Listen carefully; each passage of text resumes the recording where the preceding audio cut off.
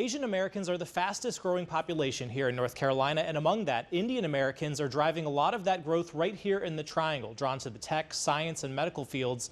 Now, some are hoping to see Kamala Harris make history as the first South Asian in the highest office in the country. Presidential, inspiring, gutsy, strong,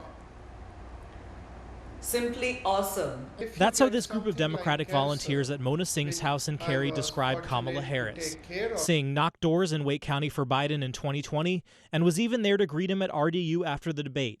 She respects his decision to step down, but says since Kamala Harris took the top of the ticket, enthusiasm has skyrocketed. You will not believe how many volunteers are actually coming to us and telling us that they want to be knocking on doors with us. Motivated by issues from health care. They should have free health care in this country.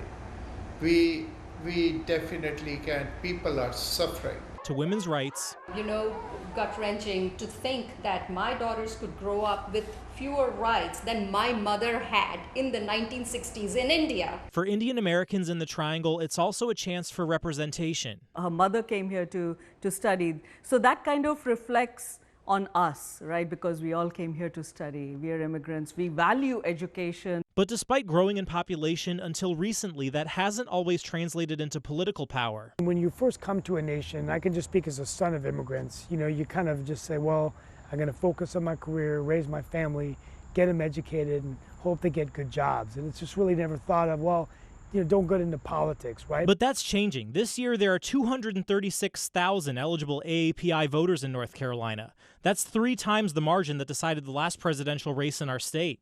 Now, with a chance to make history. Lots of little girls are going to be looking up to her. Make them proud. And it's not just the Democratic side with some South Asian representation. Usha Vance, the wife of Republican vice presidential nominee J.D. Vance, is the daughter of Indian immigrants. She gained support among local delegates to the RNC. We also have the link to our coverage of that story at abc11.com. Tom George, ABC 11 Eyewitness News.